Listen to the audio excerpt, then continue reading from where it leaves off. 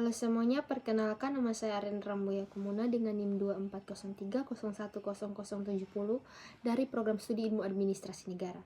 Di sini saya akan membuat video terkait viralitas kasus Pocoleok dan fungsi PTUN antara akuntabilitas dan akses keadilan.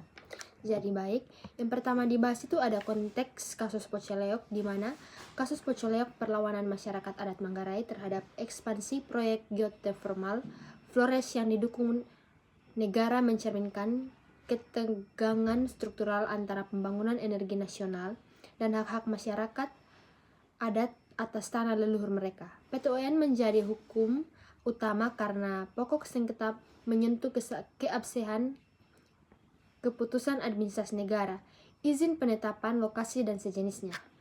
Makna viralitas terhadap akuntabilitas pejabat publik yang pertama ada viralitas sebagai mekanisme pengawasan publik informal, di mana PTUN secara formal berfungsi mengawasi legalitas tindakan administrasi pemerintah atau Rechtsmatigheid. Namun, secara struktural, PTUN memiliki keterbatasan. Ia hanya bergerak atas gugatan, tidak proaktif. Disinilah viralitas mengisi kekosongan tersebut. Ia menciptakan tekanan pengawasan eksternal yang memaksa pejabat publik mempertimbangkan Deolmatigheid, di mana keputusan kebijakan, bukan sekedar legalitas formal. Yang kedua ada resiko akuntabilitas semu, di mana secara kritis viralitas dapat melahirkan respon kosmetik. Pejabat publik bereaksi terhadap tekanan opini, bukan terhadap substansi pelanggaran hukum. Ini berbahaya karena kebijakan bisa diperhalus retorikanya tanpa mengubah substansi.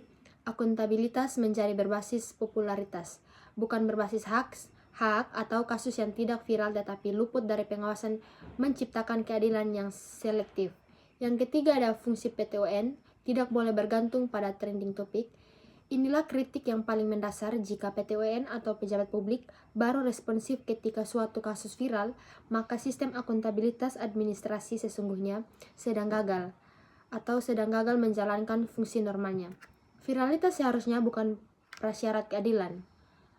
Jadi, makna viralitas terhadap akses keadilan masyarakat adat yang pertama, menjembatani kesenjangan akses, di mana masyarakat adat Pocoleok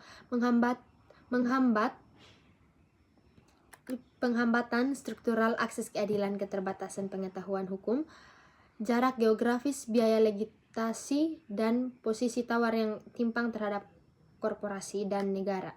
Viralitas berfungsi sebagai equalizer, di mana sementara mendatangkan advokat pro bono, perhatian LSM, dan liputan media yang memperkuat posisi hukum negara. Yang kedua, membingkai sengketa dalam bahasa hak. Kasus yang viral cenderung dinarasikan dalam kerangka HAM dan keadilan, bukan sekadar sengketa administrasi teknis. Ini penting karena membantu hakim PTUN mempertimbangkan dimensi hak masyarakat adat yang sering absen dalam gugatan administratif konvensional. Ini termasuk hak atas tanah adat, sebagaimana diakui dalam putusan Mahkamah nomor 35/PUU-X/2012. Yang ketiga ada paradoks viralitas. Siapa yang dikuatkan? Secara kritis, narasi viral tidak selalu berpihak pada masyarakat adat.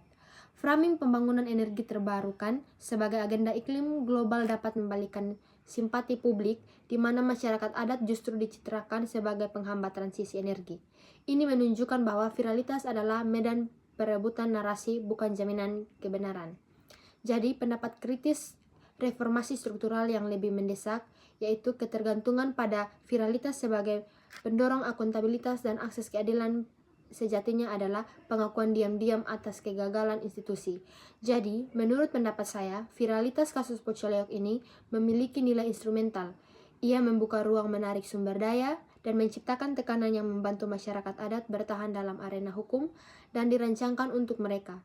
Namun, ia tidak boleh diidealisasi karena sebagai solusi sistematik. Fungsi PTUN sebagai pengawas kekuasaan administrasi hanya bermakna jika ia bekerja tanpa memerlukan trending topik sebagai kualitas. Reformasi sejati masyarakat bahwa setiap masyarakat adat, viral maupun tidak, memiliki akses sementara terhadap mekanisme akuntabilitas yang responsif, terjangkau, dan berkeadilan substantif. Jadi baik, Sekian dari pemaparan materi terkait kasus Pocoleok. Jika ada salah kata, saya mohon maaf. Terima kasih. Audio Jungle.